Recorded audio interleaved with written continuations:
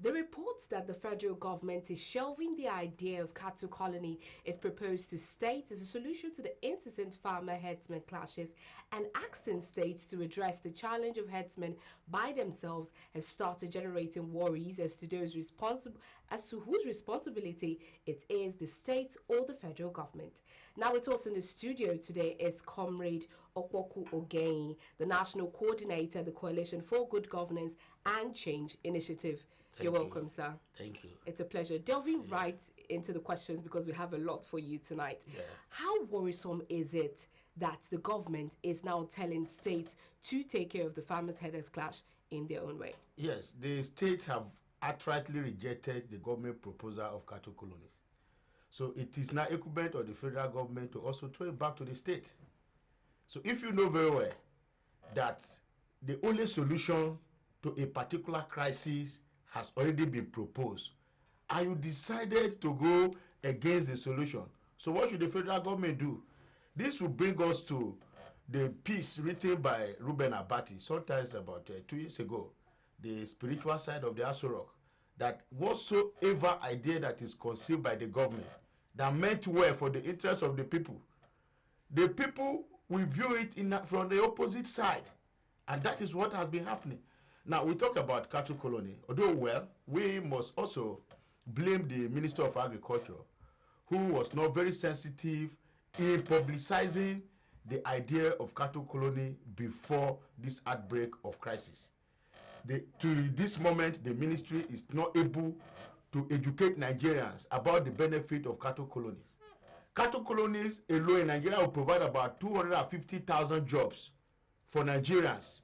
It's going to generate revenue for the government, the state government. I'm not talking about the federal government. It's going to generate revenue for the government. And it's also going to be the lasting solution to the farmers-headers clash and the bloodbath that is ongoing everywhere across the country. The states, which is supposed to be very happy with the proposal of the federal government, have come out through their governors to say, no, we reject the cattle colony. Now, what is the difference between cattle colony and ranching? Ranching is the same as colonies, but ranching in multiple sites.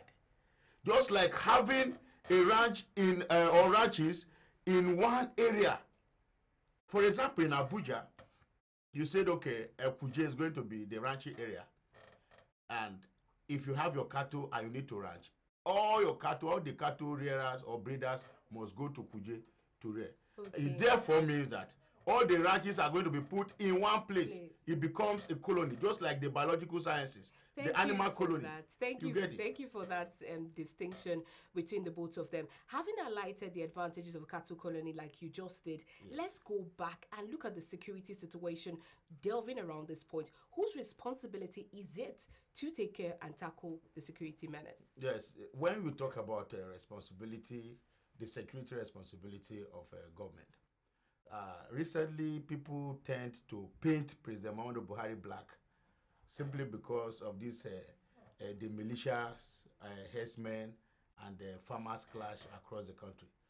And I always remind Nigerians that during the era of President Goodluck Jonathan, a Christian from Ijo, a minority, not a Fulani man, there were farmers-headers clashes everywhere in Nigeria. In Benue, they killed over 1,000 persons at a stretch of a crisis that lasted for like 3 weeks. Under Jonathan. Nobody called for his head because he's not a Fulani man. And today, because President Buhari is a Fulani man, they said, okay, there is a Fulani headers farmers clash, so therefore Buhari must go. So it is uncalled for. Instead of us going into the solution, going to look at the solution, people tend to just look at the person of President Muhammadu Buhari. And the reason why people take every responsibility to the president is because he's the president of Nigeria. But that notwithstanding, the president is also a human being. So we should be able to provide solution. And that is why the federal government had come to provide solution to their crisis in the midst of these cattle colonies. And it is surprising. I don't want to talk about some of these things because I will go directly and attack some persons that may see it to be as if I am personally against their interests. Okay, So thank now, you. to be very candid, it is it is disheartening to see a state governor or elder statesman to tell you that we don't understand what cattle colony means. It therefore means that you don't understand what ranching is all about. It therefore means that you have no idea of a solution to the crisis at hand. What of the Kogi State governor, the Plateau governor, and other governors that came to say, yes, we embrace cattle colony? The essence of embracing the cattle colony is to find a lasting solution to the crisis. We have national grazing route in 1965. Because of the growing population, people have encroached into the grazing route. Houses have been built on the route. Farms have been established on this route. Now, you try to see how you can also accommodate the Fulani man into the modern society. Because that is the only solution. You can have a lasting peace. For as long as you keep insisting that this land belongs to me, the Fulani man will keep insisting that this land is a national grazing route. I have the right to graze on it. So when you're talking about a solution, we should be holistic.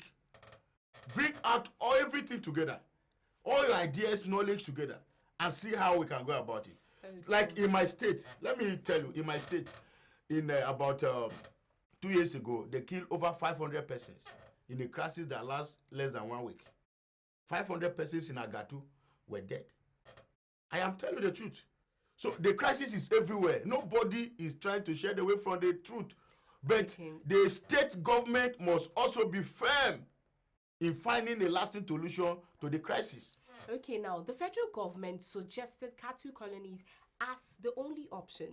Now the state government are not buying this idea. What other suggestions? For the sake of peace, cattle colonies, we can't just have one solution to a problem. What other suggestions can you suggest? My sister, if you have malaria, the only solution to your malaria is anti-malaria. That is it. It's either you take the drug or take the injection. So this issue of Fulani, herdsmen, and farmers clash across Nigeria, the only solution to it is either you call it ranching or cattle colonies. So when you talk about ranching, it's still the same colony.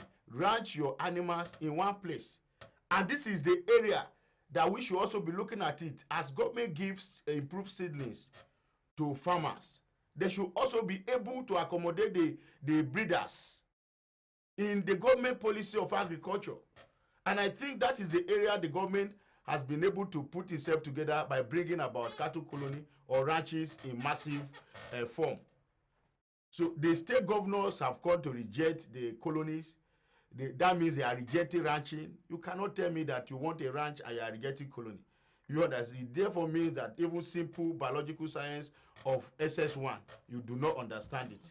Okay, sir, that means that you have also backed, the federal government on this. Thank you so much. No, I'm not backing the federal government. I am profiling a solution yes, that's to a crisis. Which is the whether I back the government or not, I do not support government. If government go wrong, I lash them. Yes. If they go right, I praise them. In this area, the state governors are the major cause of this crisis. Why should you reject cattle colonies when you are campaigning for ranching? Okay, moving on from that, that's what I was trying to say, that you already shared that opinion. Away from that, the AU at the 30th summit in Addis Ababa named President Muhammadu Buhari as its anti-corruption champion in Africa based on achievements of his administration in the fight against corruption in Nigeria. There's been argument on this anti-graft drive, as some say the present administration is biased in the fight while others applaud the fight. With this recognition from the international community, what comes to mind? Yes, the international community is not foolish. Just like some corrupt Nigerians will always say that President Muhammadu Buhari is selective in his fight against corruption. I do not believe that. Just yesterday, I told somebody, yes, you may say the president is biased in fighting corruption, that is only fighting PDP members. But I want you to know that for the past 16 years, that was before the advent of this present administration, it has been PDP all the way. So apart from the PDP, who has the opportunity to steal national treasury from the national treasury? So it is only PDP members that are going to be probed because they are the ones that have had the opportunity of stealing from the national purse. Then two, it's not that if you join the APC, you have become safe. Like in Benue, for example, I'm aware that Governor Samuel Oton had a Justice Bojime Commission of Inquiry, which indicted on certain the public servant, and his own special advisor was indicted. The man was relieved of his appointment as special advisor. One of the women leaders in the state was also indicted, a former local government chairman. The government didn't spare them. As we speak, they keep facing trials in the court. They were all arrested, detained, sent to prison, granted administrative bail, and the court process is still on. It is not that if you now decamp from the PDP to APC, then the anti-corruption war has ended on your side. No, the anti-corruption war is on. The world has come to appreciate the effort of the government. The world have come to appreciate the sincerity of the Buhari's administration. Let me tell you this. President Buhari is fighting corruption because he's not interested in looting the treasury. If you have another president that is interested in looting the treasury, he will suspend the war against corruption. And once you suspend the war against corruption, everything you do will go right before the elites. Because their whole aim is to loot the treasury dry. The area of corruption and anti-corruption drive of the government, we must also strengthen institutions. So I'm also charging the president to strengthen institutions.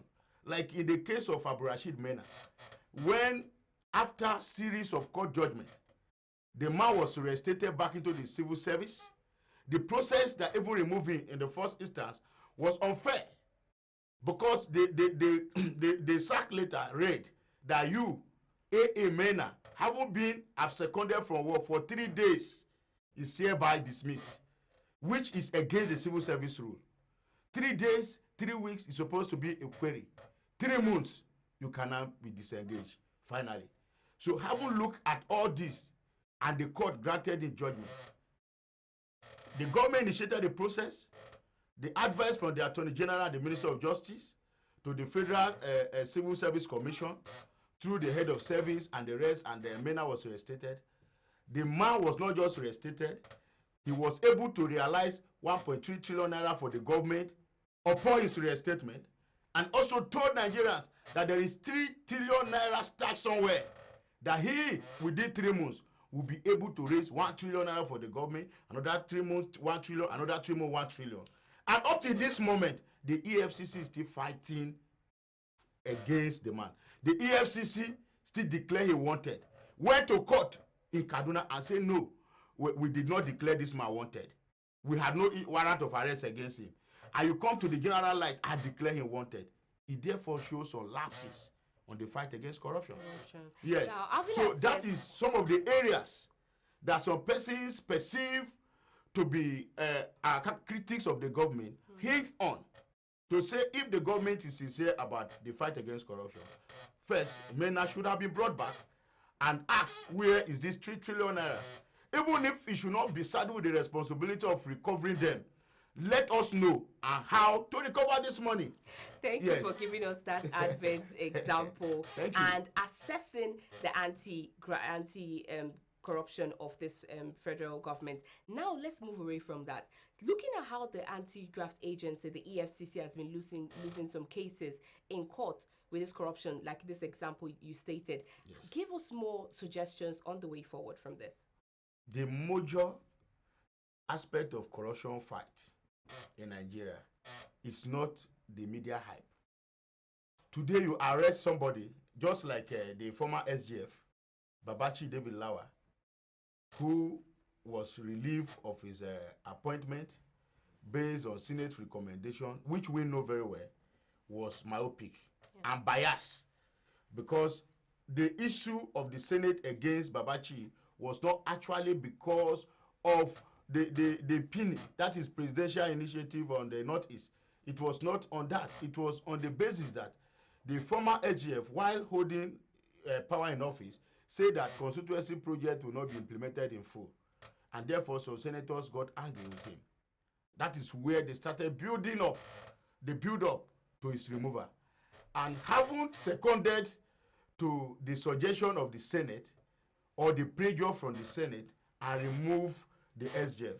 He now suggested that the former SGF become corrupt. But does he make the former SGF to be corrupt? Let's look at it. The same EFCC, had sat on that issue before. They had investigated it long before the suspension and the sack. And therefore, you are still coming to invite such a man in a public glare and announcing it on the media that you have arrested Babachi Lawa. I think Magu is ridiculing the anti-corruption war to a larger extent. I'm telling you. That is a very high note on which this interview must end. Thank you so much for sharing your opinions, sir. We really appreciate having you on the station. Much.